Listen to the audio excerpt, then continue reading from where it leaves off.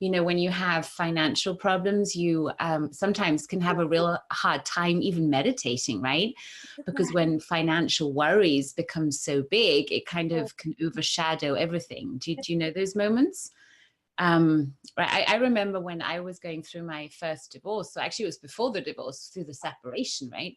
So my first husband left one day to the next and said, I'm done, I'm out of here.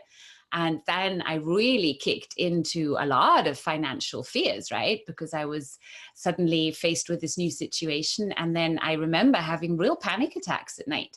I remember waking up at night bathed in sweat for I think about 2 weeks of just working through the emotions and waking up with this what I remember, this feeling of panic around money.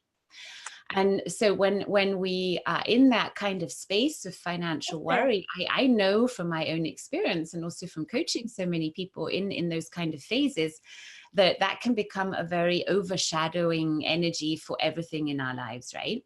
As anything, if we're really struggling with it, right? So if we have a relationship, when everything else in life is great, but our relationship sucks and it's really painful, then that cloud will hang over every other area too. So I think a financial worry is something definitely you want to look at, and look at in a very rational way and see, okay, how much of this fear is founded?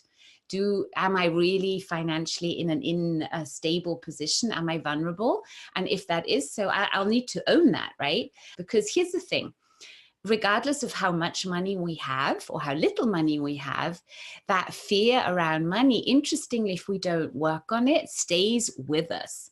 So I have met many very, very rich people who have millions stashed away with huge fear around losing money.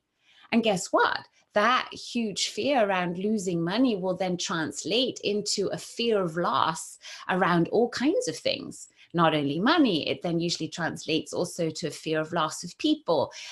These people can then have a real, trust issues.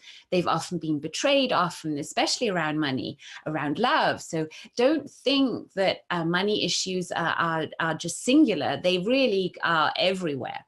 And I realized that, ever since I made a choice, and that choice was to no longer worry about money, a lot changed. That doesn't mean that I don't still have phases where, Roy and I will both be saying, well, it's kind of tight now.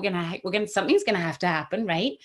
But I don't go into that panic mode anymore. It's just, oh, okay, well, this is interesting. This is like, I have less than I'd like to right now. So then immediately my question is, what do I need to do to be more connected to that flow of abundance of the universe again? Because I know that the only one who's stopping it is me, because we are all like fish swimming in the ocean, right? There's abundance around us, through us, everywhere, but we are usually the ones blocking it because we have maybe beliefs around money, beliefs around self-worth, limiting beliefs around our own expression of self that are actually blocking that flow of abundance. So